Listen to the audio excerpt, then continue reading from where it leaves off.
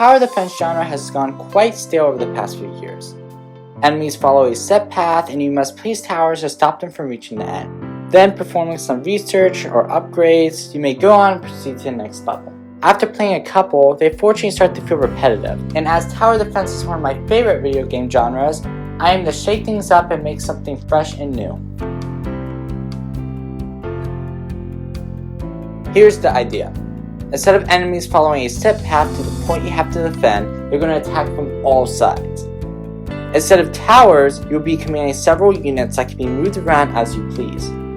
Instead of the usual long-term planning you normally see in tower defense games, this game will create more fast-paced, quick-thinking gameplay. Maybe a massive attack is coming from the west, so you need to reroute your eastern forces to help defend. But they're taking heavy losses now.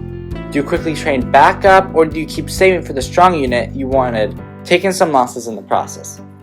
In my past projects, my artwork has been interesting. The MHA on Twitter is an incredible artist and has volunteered to help me out with some of the artwork on this game. Throughout the time I am prototyping my game, the MHA has worked on some early artwork in the background, but more on that next devlog.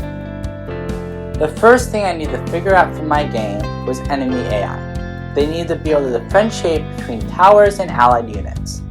That way they can know when to target each one. To add some actual gameplay to the game, I added a archer tower to be able to shoot arrows and actually damage some of these enemies. To make sure the player couldn't just spam a whole bunch of towers around, I added a gold counter to restrict how many towers you could place. You earned gold for every enemy you killed. Using a bunch of shapes started to make things a bit confusing while working on the game. So I used my mediocre art skills to create some new sprites that would better represent the objects. However, they are just as temporary.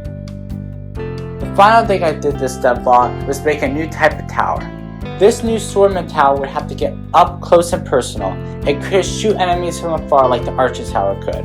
But because of that, it was a much stronger unit. During this process, however, I realized that it was really inefficient to write the same code over and over again for each AI, because 75% of the code would be the same. So I recoded the AI system for both the allied units and the enemy units to have a central AI code that they would inherit values from and then add whatever they needed to add to make them unique. This would make it a whole lot easier to add new units and enemies in the future. Make sure to join the Discord in the description to stay up to date with the game's progress and get exclusive sneak peeks. Thank you for watching to the end. In the next devlog, we're going to be making a full-fledged out level as well as adding new artwork and more.